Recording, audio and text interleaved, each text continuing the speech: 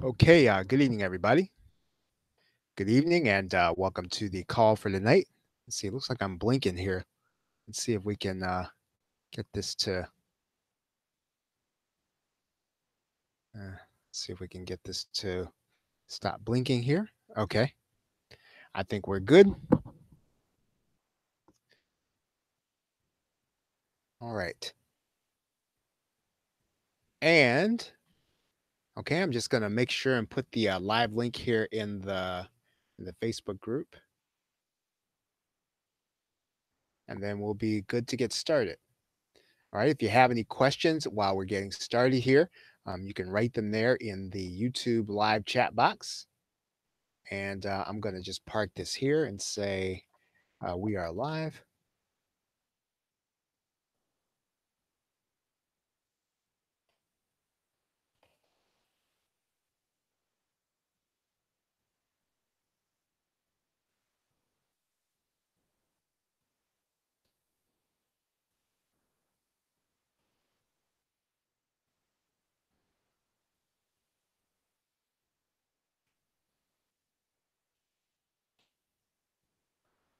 All right. Very good. Okay. If you have any questions, I do have a couple of questions from some of the folks here in the group. Good evening to you, Dana. And then, of course, if you have any questions, you can write them here in the box. We're going to be talking about autoresponders today, like I said. And let's see, I want to go ahead and put this link here also. Okay, it's out there. And let's just write in here, we are live.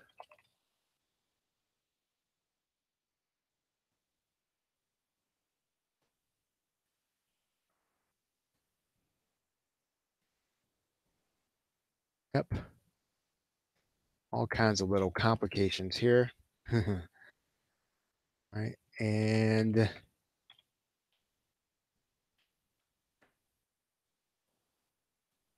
all right, I think we're finally ready. All right.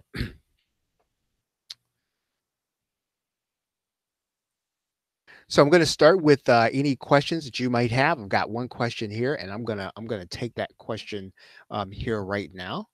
Um, and basically, the question was, could you share your thoughts on various plugins being promoted that allow one to place overlays, pop-ups, even full-page pop-ups on others' website pages? If they're major ones like CNN or an individual small business site, is this considered ethical or even legal? Or is this just the way the web works? All's fair on the World Wide Web. Yeah. Um, well, the last part of the statement is true, right? So typically, what happens is the way people sort of practice this, even in selling the plugin or whether they use the plugin, is it's sort of legal until you're asked to take it down, right? Um, uh, that is not my advice to you. But in answer to the question, is that the way it works? I'm going to say yes, that is the way it works. And can somebody pop up over your website? They can. Can you up over someone's website with a plugin? You can.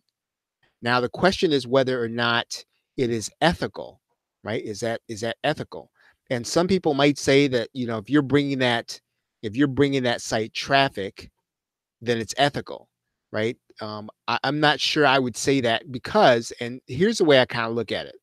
I don't know if I would want someone popping over my website with a plugin. I know I can't help that, but if I'm running the site, even if they're sending affiliate traffic, I don't want them to pop over the site. And actually, if I'd known that personally, there's an affiliate that was doing that, and they were popping over the site, and even if they were sending traffic to it, I would probably not allow them to be an affiliate. That's my personal position, and I'll tell you.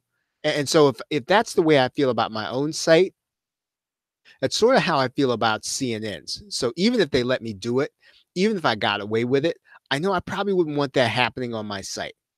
And whether or not it's a small business site or CNN. Now, the other part to this is that, there are gray areas. right? The gray areas, such as copyright, such as you know, yeah, it's like somebody putting their own business sign on somebody else's lawn is kind of how I feel about it. And so I don't think I would do it. And even if it works, and I'm almost 100% certain that whatever the plugin is, it probably works, right? I don't even think that's the question. I think the question is whether or not, whether or not you'd want somebody to do that to yours. Now, here's the other part to it, and I think this is the fairest point to this, right? Let's say it's ethical, and let's say it's legal, and let's say that it works. Let's say all those things are true. That's something that, as a website owner, if I could shut it down when I wanted to, I'd shut it down. And and if I developed an income stream based on a strategy where I've got to pop over somebody's site, then I don't think I don't think I'd want to get used to it. I don't think I'd want to have it if it's just going to get shut down, and I've got to kind of look over my shoulder, right? Because you've got to put time into getting it working. You got to get put time into getting traffic to that site. You've got to put things into place, and all those investments are can be taken from you if the site says, well, no, we don't want that happening, right? And it's not just a matter of you know, you can just start another internet business model. I don't even think that's the point. I think the point is there's an opportunity cost to me setting all that up, to me getting it running, to me, you know, if I had paid traffic or even if I use my sweat equity and time, I put all that stuff into motion, and then the site decides, I don't know, 7 months later, well, no, man, we don't want that. And then they shut it down just almost as fast as I set it up. And I think I said this the other night, and I really do mean this, is that any traffic source that comes really easy and really fast can go away just as fast. And so I don't I wouldn't want to invest my time into something that can get taken from me.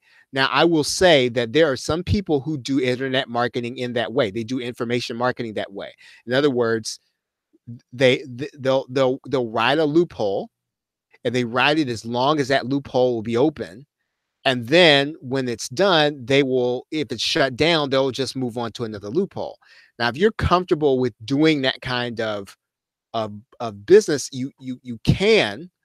I've just not found it to be helpful for me because I just there are only so many investments in time that I can make, right? And so is any there's no perfect niche or no perfect market, but the longer you invest into one, the longer you put your roots into one, and the more that you can gain if you kind of stick with it. And if that can be cut off by somebody else, I don't feel comfortable with that. Does that make sense? Okay, so that's how I would process that. I think for the opportunity cost alone, I wouldn't do it, even if it worked, even if it was ethical, and even if it was legal, and even and those all those assumptions are in question about this.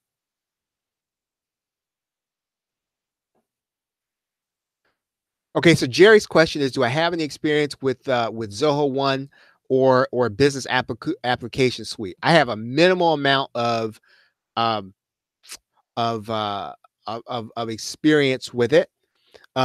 It is a what I like about it is that it is adaptable, right? And it has a lot of tentacles, and it's sort of like a system.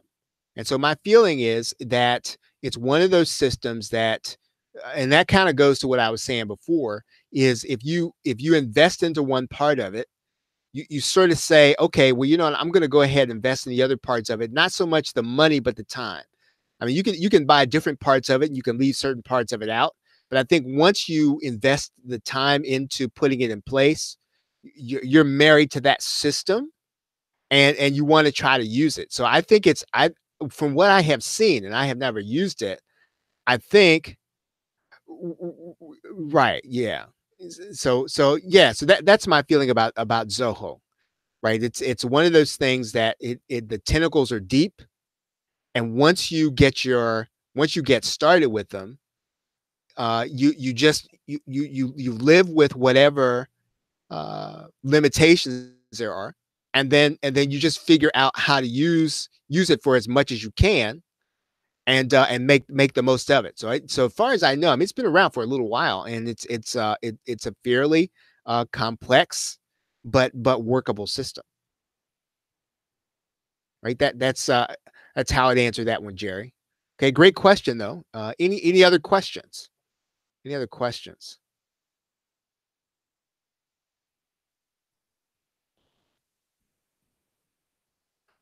All right. If there are any other questions, then I'm not going to be long. So feel free to interrupt me.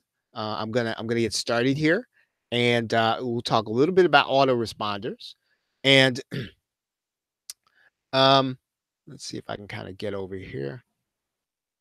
Okay, let's talk about how to choose one. Right, how to choose one, and and what I would say is, as a full disclosure, I have four of them. So I do kind of have I do have a perspective on it, right? So I don't have a an uninformed opinion about this. I've used all four. I have all four, and I can speak honestly about all four, right? And I don't have any dog in the hunt. I don't have my affiliate link handy for any of these four, so that's not the point of this. Okay, so first of all, before we move on to anything, the elephant in the middle of the room, right? Should you do server based?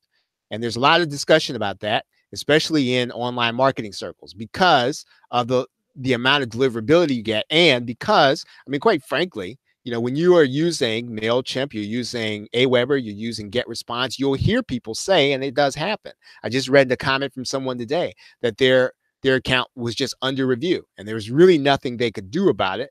Right? They went in to send out a broadcast email, and their account was under review.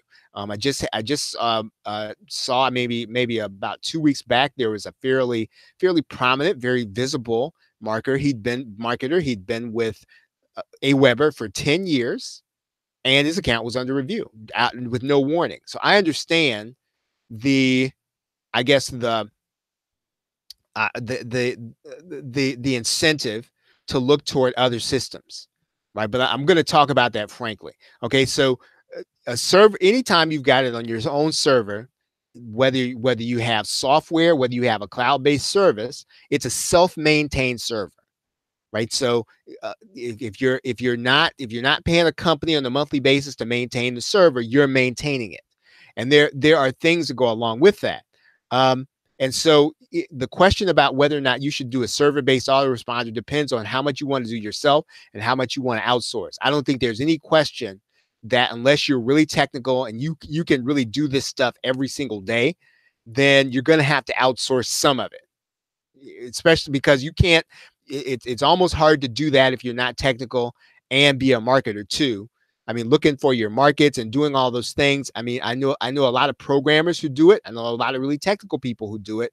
But again, when they spend the time doing this, they're doing it from a position of knowledge. So anytime they look at the guide to setting it up or the guide to troubleshooting it, they're sort of working through problems based on their own knowledge as a programmer. And so if you don't have that knowledge, what you're doing is you're maintaining your server.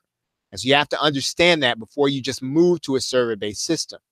The process of setup and management is technical, and you can be really good and really technical, and it can still be over your head if your job every day as an information marketer is to market your business. Now, if that's your job to set up and manage these things, wonderful.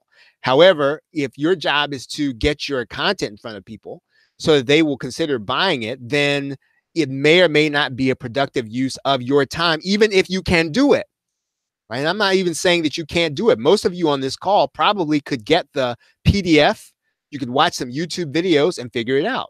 How many of you, if I were to ask you, right, have spent a day on something that didn't move you forward? Right. So in other words, figuring it out wasn't the issue, right? You can hunt, you were able to hunt down the answer. You were able to read forums. You were able to watch YouTube videos, and you were able to get something working, and then be no closer really to getting something launched or getting something happening. And that's the dilemma. So you have to keep that in mind. And so the question is always going to be, what keeps your business moving forward? So if you decide to do your own server-based autoresponder, you have to factor in, does this keep your business moving forward? It's not the question isn't whether or not it works, folks. It's not the question is whether or not you get higher deliverability. That's not always the question.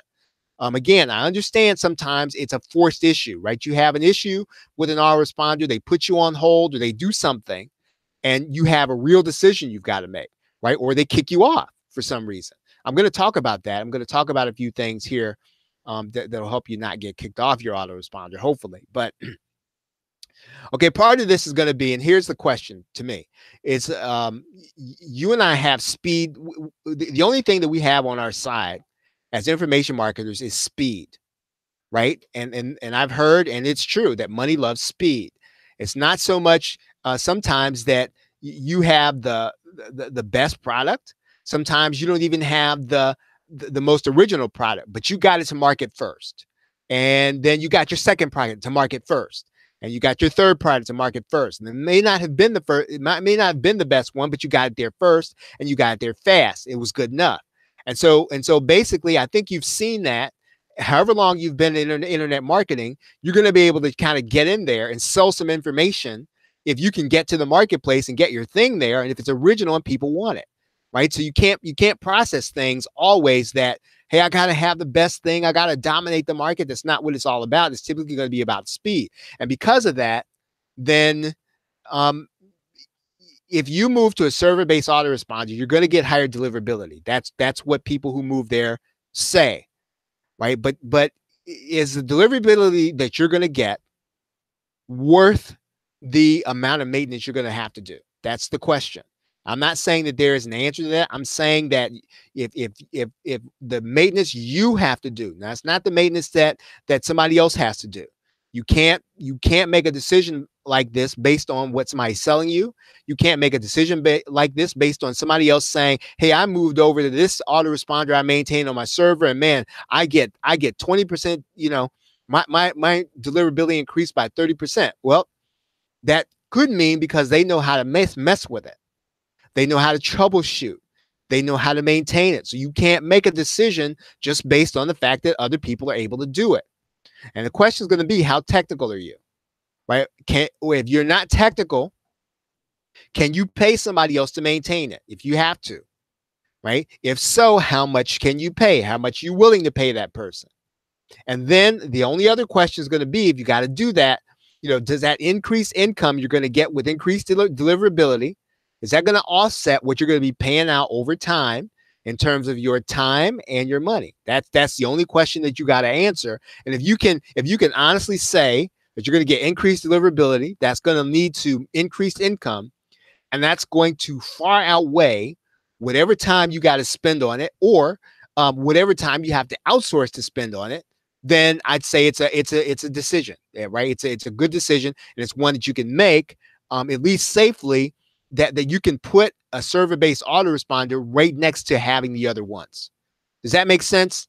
So if you get where I'm coming from there, please put the number 5 in the live chat box here. All right, I'm going to move on. So let's talk about choosing, right? So how do you choose? How do you choose? First of all, I just want to say this, that as an information marketer, if you're not paying for anything else on a monthly basis right now, you may not like paying for things monthly, but if you're not paying for anything else, you should be paying for an autoresponder. So if everything else has to go out of your business, right, temporarily, if you got to pay a light bill and you got to do some other stuff, the last thing you let go is your autoresponder. That's the last thing. So again, if you're not paying for anything else in your online business on a monthly basis, you got to be paying for that. Also, the question is going to be, should I choose the cheapest one? Should I choose based on price? And I'm going to say no, you shouldn't always choose based on price, because price is not going to be so much the issue. Yes, one autoresponder might be $30 worth $20. One autoresponder might be $40 or $50 versus $20. That's not so much the issue, right? And I'm going to tell you why here in a minute. Should you choose an autoresponder based solely on the features it has before you use it? No. Right? No. And because the only way that you can prove an autoresponder is right for you is you got to use it. And it almost sounds elementary. I'm going to tell you again why that's the case here in a minute, but you cannot choose based on, at least before you start using it, based on all the other stuff it has, like all the really cool stuff it has. None of that stuff matters, because most of what you're going to be doing with an autoresponder on a daily basis is going to be either setting up automated messages, or you're going to be setting up broadcast messages. And so basically most autoresponders do that, and do that extremely well. And so you can't just make a decision based on all the bells and whistles, because you have to really get it working first in order to tell what you can make work. There are some people, quite frankly, who can make Aweber work extremely well. There's some people, based on their business and their business model, that cannot make Aweber work very well. So Aweber is not right for everybody. GetResponse is not right for everybody. Mailchimp is not right for everybody based on how they do their business. That really is probably the most important thing I want to say here tonight, because you cannot make a decision about an autoresponder just based on the features. Should you choose based on integrations? I'm going to say most of the time, yes. So in other words, you're not using an autoresponder right now, but let's say you've got this page builder and you've got this membership site, and both of those things integrate with an autoresponder you're trying to choose from. Now, if you currently don't have one and you're trying to figure out, well, should I get this one versus another one? If it integrates with your membership script, if it also integrates with your page builder, I'm going to say you want to try that one first. So if you're trying to make a decision based on integrations, I'm going to say if you already have the other things in place, I would say try the autoresponder that works with your integrations, right? Try to make that one work first before you go picking one where, you know, what you don't want to have is an autoresponder you're paying $20 or $30 a month from. And then, you know, you have your $400 membership script and you can't make it work with your autoresponder. That is what you do not want to have. What you want to have is you got your membership script. It costs you, it sets you back a little bit. You have your page builder. It sets you back a little bit, right? Then you get the autoresponder that you're going to pay for on a monthly basis that integrates with that, right? Instead of trying to do it the other way around.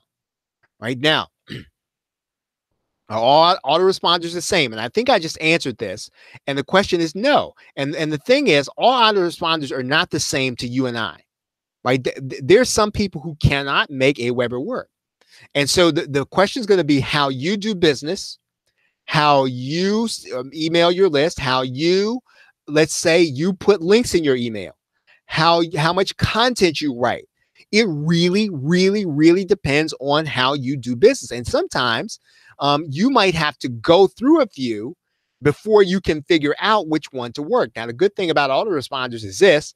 I mean, you can export your list into a CSV file and you can move over to another autoresponder. So you don't have to be married, right? It's a little bit more like having a boyfriend or a girlfriend, not having a husband or a wife, right? So in other words, an autoresponder is something that you are going to, you're going to have to kind of see what works right now.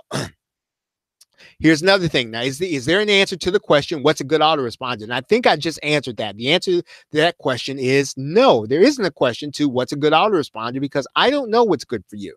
I have no idea how you're going to email. I have no idea how you're going to put links in your email. I have no idea how much content you want to put in there. I have no idea how much attentiveness you're going to have to trying to get in somebody's inbox, right? So making a choice is all in the using. And you just have to be ready that if it's not going to work for you, that you are ready then to move, right? You're ready to move on to something else. If you get it, you're using it. It's not, you know, you're not getting through. You're not getting in the inbox. You're not getting it delivered. Then maybe that one does not work for you. And again, I've seen people, and how many of you have seen this? You tell me this. How many of you have seen discussions amongst internet marketers where somebody says, I moved from Aweber to GetResponse is the best decision I ever made. Then somebody else says, I moved from GetResponse to Aweber is the best decision I ever made. Then somebody says, I moved from Aweber to Market Hero. It's the best decision I ever made. How many of y'all have seen that kind of thing happen? Right? If you have, put the number 6 in the question box. I almost be willing to bet that most of you have seen that. And there's a reason for that. And that's because the fact of the matter is, it really does depend on what you can make work. And so if you're willing to work with something, and sometimes it really is going to take you working with an autoresponder until you figure out, okay, I just cannot make this work. I cannot. That does not mean that it's a bad for everybody. And so, I see this happen all the time. Somebody says, no, it's the worst autoresponder I've ever had. Well, it's the worst one you've ever had, right? That just could be. Yeah, because everybody uses an autoresponder differently. You ultimately make your choice after the fact, and that's the most important thing. There are a lot of good companies. There are a lot of companies that are, just so. But I've seen certain people take the worst autoresponder, and they're just making it work every day, right? So really, you've got to decide what works for you, and be willing then to go through the hassle of moving if you have to. And here's another thing, right? Here's another thing. You're going to find this. Your needs are going to change over time along with your business, right? There's some people who swear by Infusionsoft, right? But do you want to have Infusionsoft? And again, I would not make a choice about Infusionsoft just based on price. Infusionsoft or ClickFunnels, their system is $297 a month, right? You have to know whether or not you can make this work, and there may be a time at which the things that those email marketing systems provide you fit where your business is. So once again, this is a case where you decide after the fact. You kind of feel like, well, you know what? I'd like to have a little more automation in what I'm doing with Aweber. Aweber's not there yet. And so you might be looking then at something else.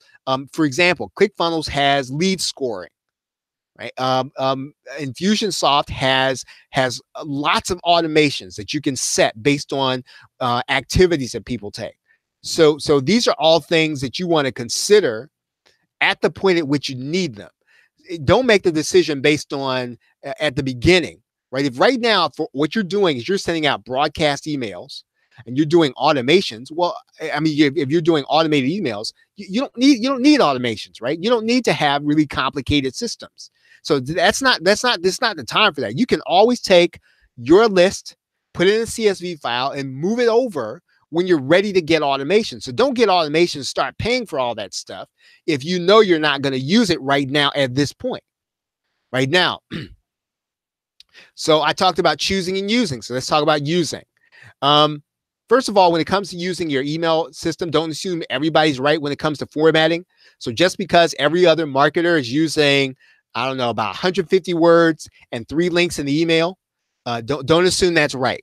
That's what I'm going to tell you. And I think I've said this in a number of trainings, and it's true that there's evidence that if you put the same 3 links in an email, that thing's going to promotions, right? There's evidence of that. Now, nobody can stay out of promotions tab 100%.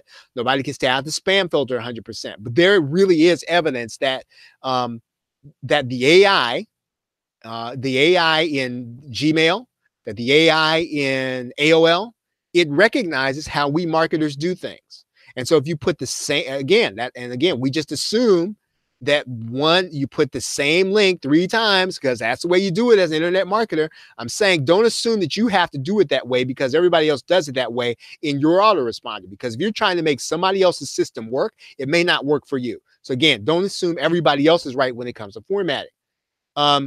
Do what is necessary to make it past spam filters. You need to, and one of the things that will enhance your reputation with the autoresponder that you have is that you need to make it past the spam filter, right? And so you do what is necessary to get and keep your emails from going in there. And so that's going to take some playing with some stuff. That's going to take some testing with some stuff, and you need to test how you can get it to work.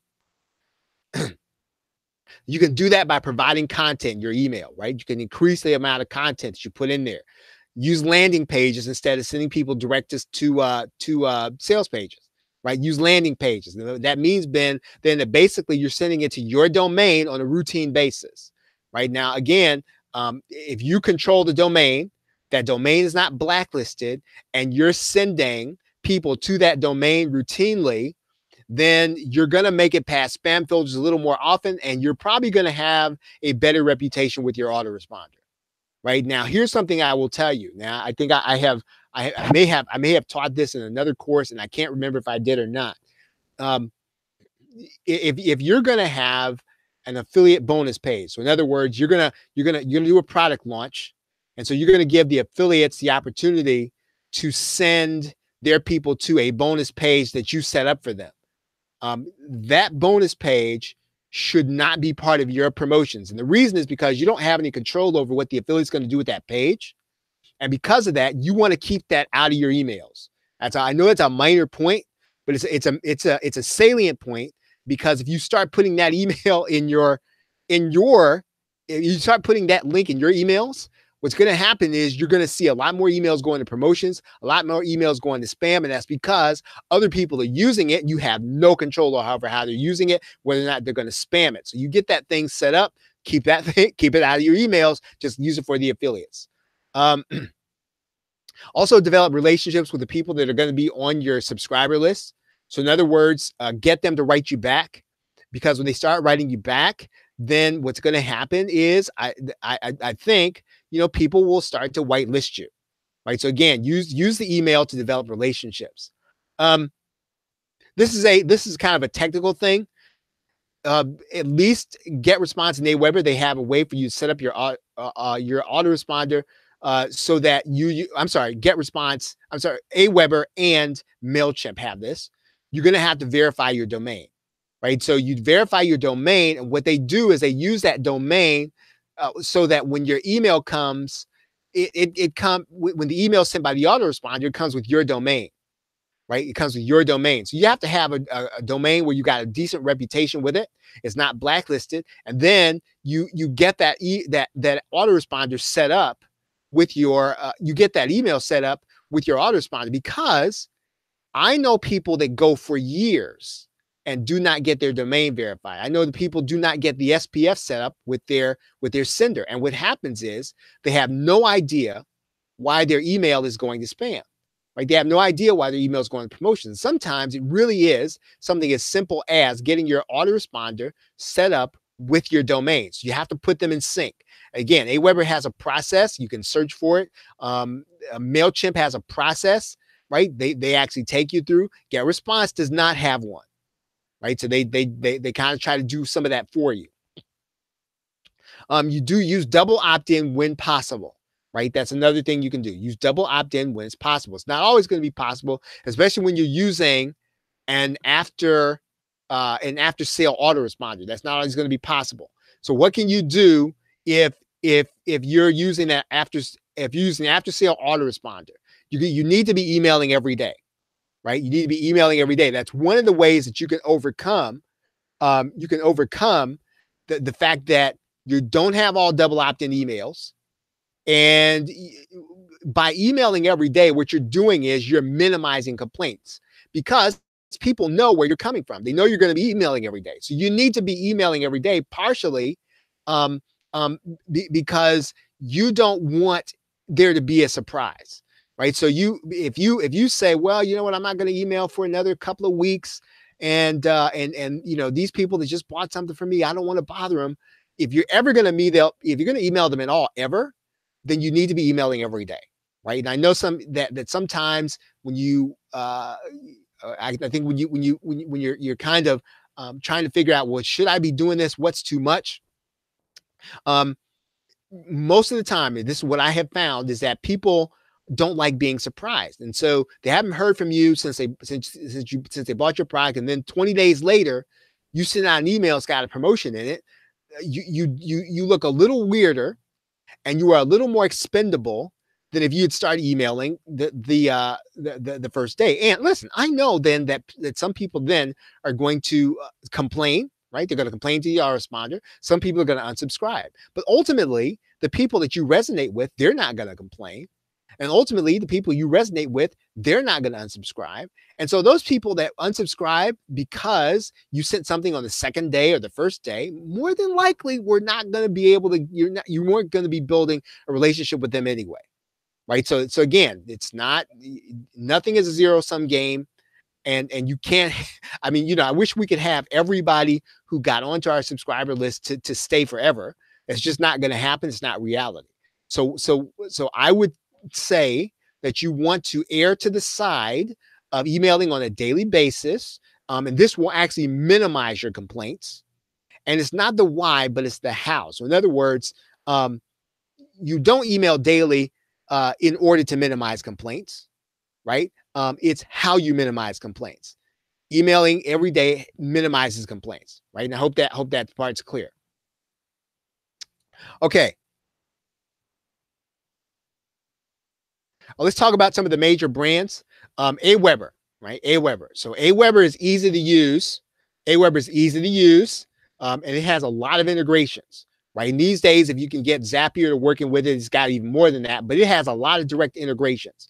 But Aweber's real claim to fame is it's very easy to use, and to start out, it's affordable. Now, Aweber's raising the price all the time on you, but it is fairly it's intuitive, is what I will say. You can probably, without watching tutorials, you can probably, without, let's say, a lot of PDFs and a lot of guidance, you could figure out what to do on Aweber, right? Without a lot of guidance. And so I would say that if you're just kind of looking for something to get started, I want to figure out how to send emails, how to set it up with my list, Aweber is probably going to be the easiest to get started. Getresponse. Now, Getresponse has changed over the last calendar year. And I would say it used to be probably one of the easiest ones to use, but I wouldn't say that now. I wouldn't say it's super easy to figure out. What I will say, it has a lot more sophisticated automation, right? So I would say that of the three of them, they have the most sophisticated automation that's easy to figure out, right? So you can do some really, I'd say, complex automations, and it is very easy to figure out. I mean, a lot of you already have our Getresponse course. If you don't, just chat us up, and we'll figure out how to get it to you. But you'll see there in that course that Getresponse is fairly easy to use, right? If you're doing automations. Mailchimp, out of all the three of these, right, has what I would say superior integrations as automations. Superior to Getresponse, superior to Aweber. It is really made for you to use it for automated campaigns. That's what it's really made for you to set up these things that kind of run by themselves, and things that happen that look dynamic to the user, but are really things that you set up in advance. So if you can set up things in advance, if you can work through their system to get things working so that let's say somebody doesn't open your email, then they automatically get an email from you saying, hey, what's up? Or if they buy your product and then 3 days go by, they didn't buy the upsell, they get an email automatic for you and say, hey, I was just thinking about you. I just wanted you to know. So again, you have that ability with Mailchimp. It is probably by far what I would say the most sophisticated when it comes to setting up automated campaigns. Here's the thing about Mailchimp, though. They do not like work from home business, and they definitely don't like get rich quick. So if you have anything that looks like that, right? You have anything that looks like that, they don't like it. So just so you'll know. And if you don't want, goes back to what we were saying here at the beginning. You don't want to start investing in something time wise, and then come to figure out, well, I don't really like that all that much, and then they want me to stop. So again, I just want to tell you up front, they don't like work from home, and they don't like get rich quick. They do not like network marketing. So if you're a network marketer, they don't like that. So anything that looks like you're recruiting people, they do not want that. And here's why, and I've already figured out why that is, because they're going to give you the first. They're going to allow you to use it free until you have 2,000 subscribers. Now you can imagine that attracts, right? That attracts everybody who doesn't want to pay any money for an autoresponder. right? And somebody's just getting started, so they opt for the one that's free. So what was happening was, I mean, everybody that had any kind of, I'd say maybe questionable business practices was we're getting on to Mailchimp, right? And so basically they said, well, look, we're gonna have to just kind of cut this thing off at the knees. And I don't think that their intention was to cut off network marketers fully and to cut off work from home people fully, but I think that they had to cut it off probably from the neck down, so that they could make sure that there was no ambiguity in who they didn't want. But I think that if you, I think that if you're selling things, you're doing it reputably. I think they probably want you, but they're making it clear who they don't want. So again, if it looks like get rich quick, looks like network marketing, they don't want it, right? Just so you'll know. They've got automation set up for site activities. So in other words, somebody comes to your website, they do something. You can have emails sent to people, right, based on something somebody does on your website. Right, that's it's one of the really cool things about that. They've got automations for subscriber activity. So in other words, you have your your subscriber. Let's say they don't open your email, or they clicked on a specific link, or they clicked on the link but they didn't do anything. They bought something but they didn't get the next thing. You can have emails automatically sent to them when that happens. Somebody, let's say, has been on your list for 6 months. They clicked on one link, but it didn't, they didn't do anything after that. You can have emails sent to them automatically. So what it does is it helps you to set up things ahead of time to keep people engaged. And basically what you're doing then is you're collapsing time frames, and you're not writing broadcast emails as much. Right? So that's not your business anymore. Your business is really trying to figure out how to automate some of these processes, so that when somebody comes through there, they're really getting what feels to them like a personalized experience, but it's one you set up ahead of time. Right? Okay, so any questions? Any questions about that? Any questions? Right?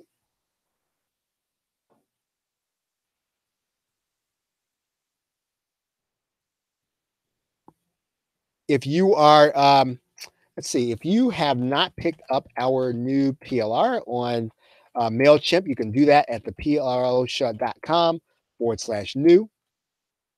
Right? You can pick that up there.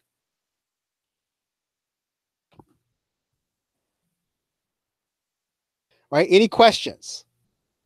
Any questions?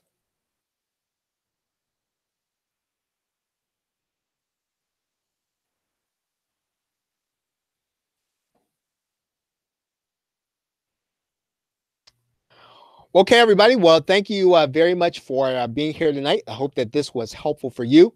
And if you have any questions, feel free to reach out to us. Have a great night and a pleasant tomorrow. Take care.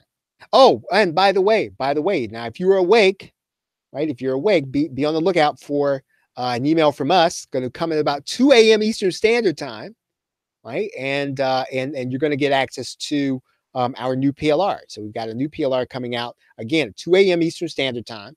And again, if you're up late or you're watching this and it's late, look for an email from us. It's gonna come out at about 2 a.m. Eastern Standard Time. Of course, if you're an Ultimate Insider, I'm going to be putting this inside of the membership. So if you're an Ultimate Insider, don't worry about it. You're going to get it.